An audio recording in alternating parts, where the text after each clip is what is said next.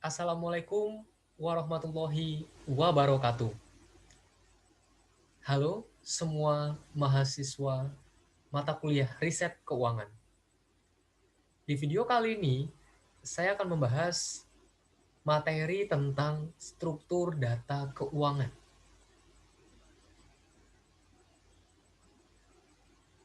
Adapun tujuan dari video ini adalah memberikan pemahaman kepada mahasiswa supaya Anda itu bisa mengetahui perbedaan dari masing-masing struktur data keuangan. Karena dalam riset keuangan itu ada data time series, cross section, dan juga panel. Ya, jadi nanti dari definisi masing-masing jenis struktur data keuangan Anda bisa melihat gitu ya. Apakah data penelitianmu itu termasuk time series, cross section, atau panel? Ya, karena masing-masing struktur data keuangan ini punya karakteristik yang berbeda dan dipakai juga dalam tujuan penelitian yang juga berbeda. Mari kita mulai. Dari data time series.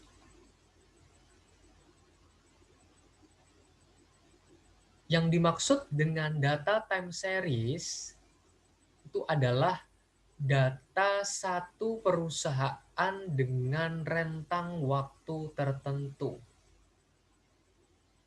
Ya, data satu perusahaan dengan rentang waktu tertentu.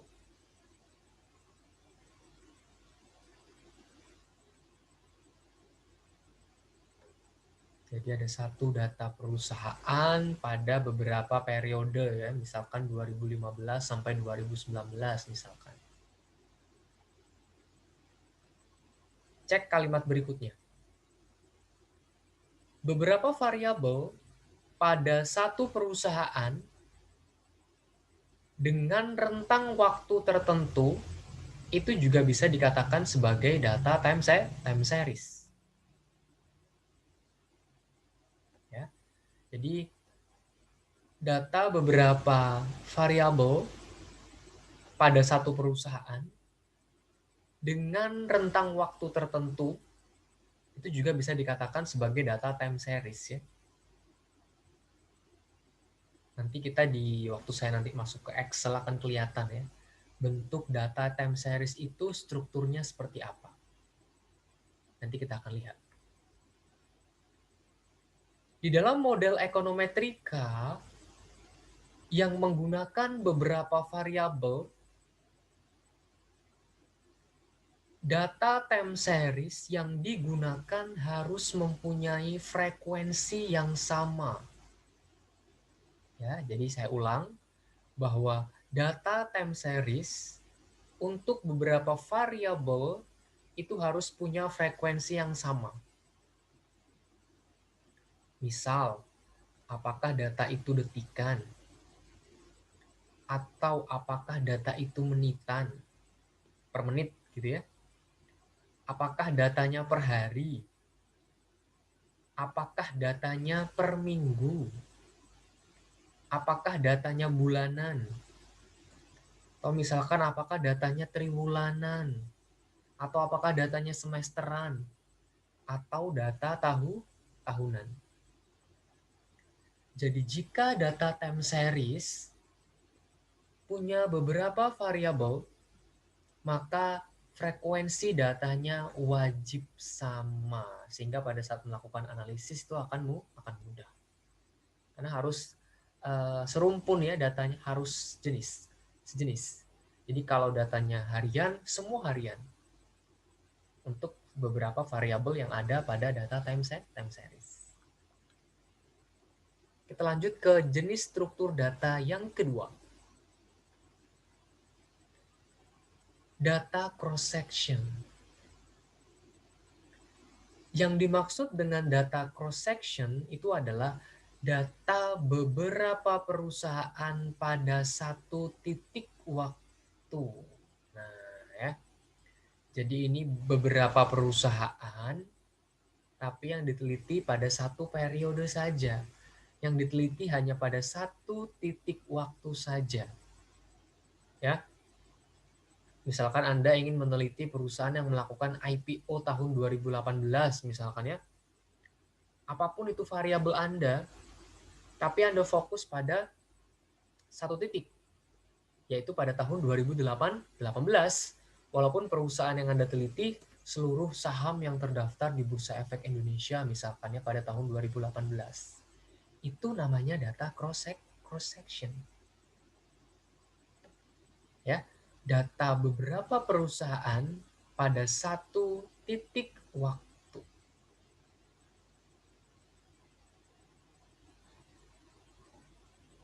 Yang terakhir, data panel. Nah, kalau data panel ini adalah data beberapa perusahaan pada rentang waktu tertentu. Ya. Jadi data beberapa perusahaan pada beberapa tahun gitu ya, bahasa mudahnya ya. Itu kita menggunakan data panel. Sehingga kalau kita bisa menggunakan ilustrasi yang lain, data panel merupakan gabungan dari time series dan juga cross section. Kenapa? Karena dia banyak perusahaan dan banyak waktu. Jadi periode penelitiannya itu lebih dari 1 tahun. Dan perusahaan yang diteliti itu lebih dari 1 tahun. Perusahaan yang diteliti itu lebih dari satu perusahaan. Ya, jadi itu data panel. Makanya biasanya data panel ini sering dipakai untuk riset-riset di misalkan perbankan ya. Area-area perbankan itu sering menggunakan regresi data panel. Kenapa? Karena diteliti beberapa saham perbankan dengan beberapa tahun yang diteliti. Itu panel. Atau juga data panel ini sering dipakai untuk area di riset corporate finance ya, atau keuangan perusahaan.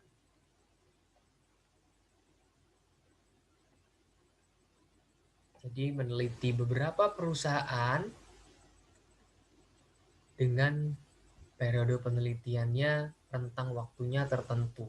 Misalkan dari tahun 2000 sampai 2019 misalkan ya. Jadi yang diteliti tidak hanya 1 tahun, tapi beberapa tahun, beberapa sampel perusahaan yang diteliti. Itu namanya data Pak, data panel.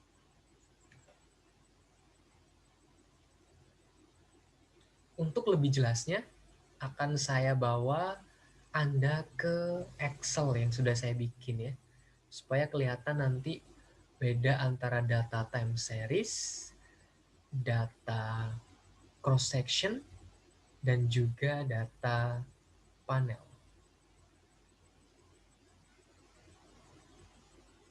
Oke. Akan saya contohkan dulu data time series ya. Ini saya punya 2 contoh data time series.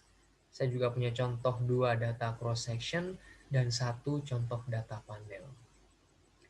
Mari kita sekarang ke contoh data time series yang pertama.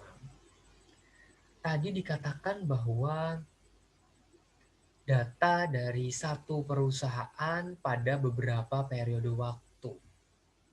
Itu data time series ya. Contoh, di sini saya punya data IHSG, indeks harga saham gabungan dari 26 November 2019 sampai 9 Maret tahun 2020. Ya. Ini namanya data time series. Runtut waktu ya, bahasa lain dari data time series itu runtut waktu. Kebetulan yang saya pakai ini data harian ya. Dari 26 November 2019 sampai 9 Maret 2020 ya. Ada sekitar 71 hari data IHSG yang saya contohkan di sini. Itu data time series. Ya. Yang banyak adalah periode waktunya. Ya, tapi satu data, yaitu data IHSG.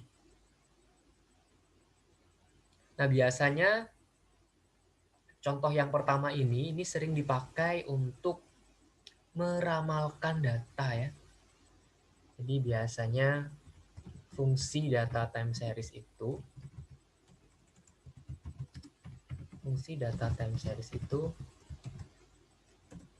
meramalkan data keuangan. Ya. Salah satu fungsinya data time series adalah meramalkan data keuangan. Misal saya punya data IHSG dari 26 November 2019 sampai 9 Maret 2020. Nah, ini saya bisa meramalkan data IHSG ya di tahun-tahun di bulan berikutnya, bahkan tahun-tahun berikutnya. Misalkan saya ingin meramalkan IHSG bulan April, Mei, Juni sampai sekarang Desember 2020. Itu bisa dengan menggunakan data 71 data time series dari IHSG secara harian ini. Ya, jadi ingat bahwa salah satu fungsi data time series adalah meramalkan data keuangan ke beberapa periode yang akan datang. Ini contoh data time series yang pertama ya. Contoh data time series yang kedua. Nah, misal nih, data PT Unilever Indonesia Tbk tahun 2000 sampai 2018 ya. Misal di sini ROA variabel Y-nya, variabel dependent-nya ya. Anda ingin meneliti misalkan pengaruh debt to equity ratio, current ratio, dan total asset turnover terhadap return on asset dari Unilever dari tahun 2000 sampai 2018. Ini juga time series. Ini yang saya blok kuning ya. Ini diasumsikan sudah ada angkanya misalkan ya. Jadi yang saya blok kuning ini asumsikan bahwa ini sudah terisi angka gitu. Ya. Ini variabel X-nya, ini Y-nya. Nah, ini Anda bisa melakukan regresi time series di sini untuk melihat pengaruh DER, CR, dan TATO terhadap ROA. Ya, kenapa dikatakan time series? Ya karena satu waktu. Waktunya banyak, satu perusahaan, tapi banyak waktu dari 2000 sampai 2018. Yang diteliti hanya satu perusahaan, yaitu PT Unilever Indonesia Tbk. Ya, jadi ingat kalau data time series adalah banyak waktu, ya rentang waktunya banyak, tapi pada satu sampel perusahaan. Ya, oke kita sekarang beralih ke cross section. Ke contoh data cross section yang pertama. Misal di sini saya punya data sejumlah perusahaan pada tahun 2018 ya. Oke. Dari AALI hingga UNVR ya. Jadi saya punya 10 perusahaan. Tadi kan diingat bahwa cross section itu banyak perusahaan tapi diteliti pada satu waktu. Misalkan diteliti pada 1 tahun ya. Di sini saya contohkan meneliti pada tahun 2018 dari 10 sampel perusahaan. Oke. Datanya X1-nya DER, X2-nya current ratio, X3-nya total asset turnover. Y-nya ROA. Sekali lagi, yang kuning ini diasumsikan sudah terisi angka gitu ya. Data penelitian yang sudah Anda ambil dari laporan keuangan 10 perusahaan ini. Ini data time series. Kenapa? Karena banyak perusahaan yang diteliti, tapi diteliti pada satu titik waktu. Diteliti pada tahun 2018 saja. Ini cross section yang pertama. Contoh data cross section yang kedua adalah misal ya, di sini saya punya data 3 Juli tahun 1997. Oke. Saya punya data GSPC. Nah, ini indeksnya S&P ya, punya Amerika ya. Standard and Poor's Index. Di 3 Juli 1997, indeksnya 916,92. HSI ya, Hang Seng Index Hong Kong. Itu 15.055,7. JKSE, nah ini Jakarta Stock Exchange, berarti ini IHSG ya. Di 3 Juli 1997, IHSG itu di titik 735,49. Kemudian Nikkei 225, ini punya Tokyo Stock Exchange, berarti Jepang ya.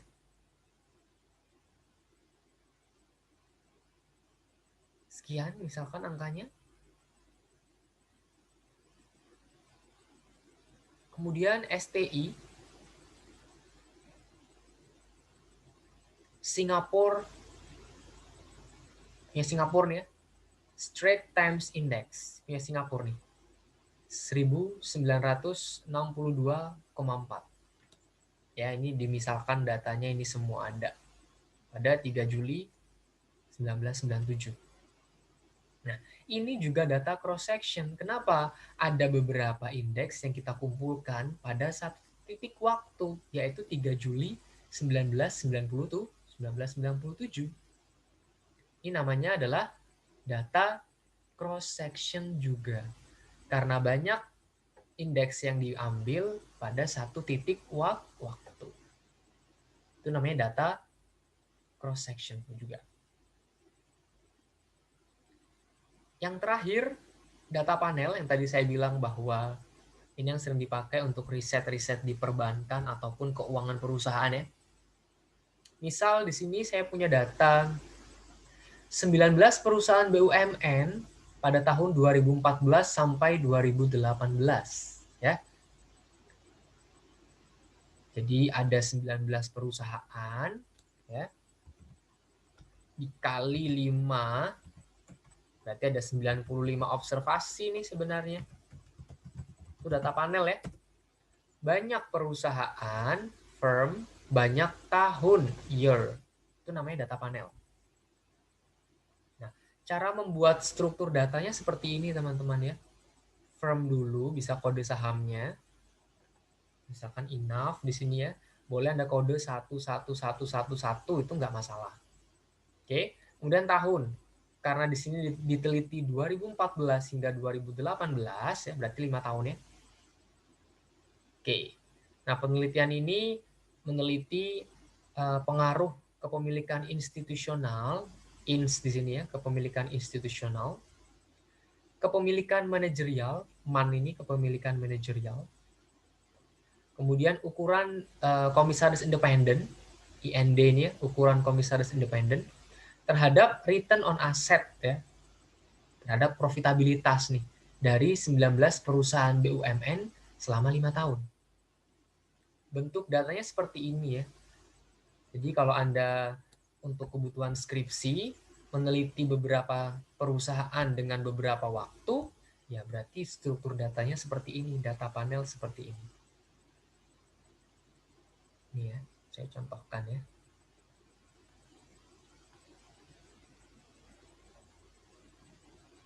Dari perusahaan yang pertama sampai perusahaan yang terakhir, perusahaan ke-19 ya. Telkom misalkan. Dari 2014 sampai 2018. Ini datanya tinggal Anda masukkan ya. Jadi cara bacanya seperti ini teman-teman. Misalkan saya contohkan enough ya. Perusahaan enough. Anda memasukkan data seperti ini. Oh, enough, data saham enough di tahun 2014, ROA-nya sekian. Anda ketik di sini nih, 0,00590. Kepemilikan institusionalnya 0,05564. Kepemilikan manajerialnya kecil ya, 0,00000. Ukuran komisaris independennya 0,33333. Nah, Anda memasukkan angka di Excel seperti itu ya, sebelum nanti mungkin masuk ke FUs, Ya, kalau data panel kan di Fuse minimal ya. Anda bisa juga ke Stata ya dan software yang lainnya. Terus kemudian tahun 2015 Anda juga bisa ketik ROA-nya berapa, kepemilikan institusionalnya berapa, kepemilikan manajerialnya berapa, komisaris independennya berapa, ukuran dewan komisaris independennya ya. Itu bisa disesuaikan. Di 2016 juga bisa diisi sesuai dengan data yang Anda peroleh. Begitu juga 2017 dan 2018. Cara inputnya seperti yang tadi saya contohkan ya. Di 5 perusahaan 5 tahun gitu ya. 5 perusahaan lagi, satu perusahaan lagi ya, satu perusahaan lagi selama 5 tahun. Jadi kode satu perusahaan ini muncul 5 kali karena diteliti selama 5 tahun. Itu namanya data panel. Meneliti di banyak saham, di banyak perusahaan, dan banyak waktu. That's panel data. Ya, jadi di video ini semoga Anda bisa mengetahui jenis data keuangan apa yang sudah Anda kumpulkan ya, terutama bagi teman-teman yang sudah memasuki tahap skripsi. Kenali datamu supaya Anda tidak salah melakukan analisis ya. Jadi tadi saya bilang bahwa untuk data time series itu umumnya digunakan untuk meramalkan data keuangan di periode-periode berikutnya. Untuk cross section ataupun panel itu digunakan untuk bisa menguji pengaruh-pengaruh antara X1, X2, X3 ke Y itu misalnya ya. Itu fungsi dari data cross section atau data panel. Karena nanti pada saat Anda ditanya, oh model saya ini pakai regresi. Regresi apa? Regresi time series kah? Regresi panel kah? Atau regresi cross section? Nah itu kan beda bentuk struktur datanya. Oke? Demikian yang bisa saya sampaikan untuk video kali ini tentang struktur data keuangan. Pesan saya, kenali data keuangan yang Anda kumpulkan supaya Anda tidak salah menganalisisnya. Saya tutup dengan hamdalah. Alhamdulillahirabbil alamin. Wassalamualaikum warahmatullahi wabarakatuh.